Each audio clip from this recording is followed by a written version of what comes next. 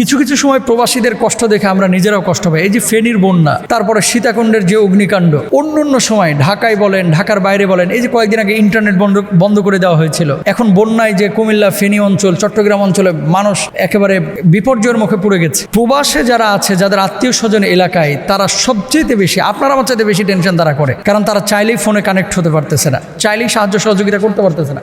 টাকা আছে কিন্তু নৌকা পাঠাইতে পারতেছে না, টাকা আছে কিন্তু হেলিকপ্টার গন্তব্যে পৌঁছাইতে পারতেছে না। এই জন্য প্রিয় ভাইরা আমার, প্রবাস জীবনে যখন আপনি থাকবেন, সবসময় সাদাকার উপরে থাকবেন।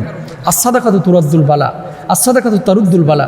আল্লাহ রাসূল সাল্লাল্লাহু আলাইহি ওয়াসাল্লাম বলেছেন যে যত বেশি সাদাকা করবে আল্লাহ তাআলা তাকে তত বেশি বিপদ আপদ থেকে উদ্ধার করবেন। আপনার এলাকায় আপনার পরিবার আছে না, আপনি প্রবাসে সাহায্যের হাতটাকে বেশি বেশি প্রসারিত করবেন ইনশাআল্লাহ। এলাকায় দান করবেন, দেশে দান করবেন, প্রবাসে দান করবেন, আল্লাহ তাআলা আপনাদেরকে বিপদ আপদ থেকে উদ্ধার করবেন ইনশাআল্লাহ। আর প্রবাসীদের কষ্ট আমাদেরকেও কষ্ট দেয়। আল্লাহ তাআলা আমার সকল প্রবাসী ভাইদেরকে, বোনদেরকে ভালো রাখুন, আমিন।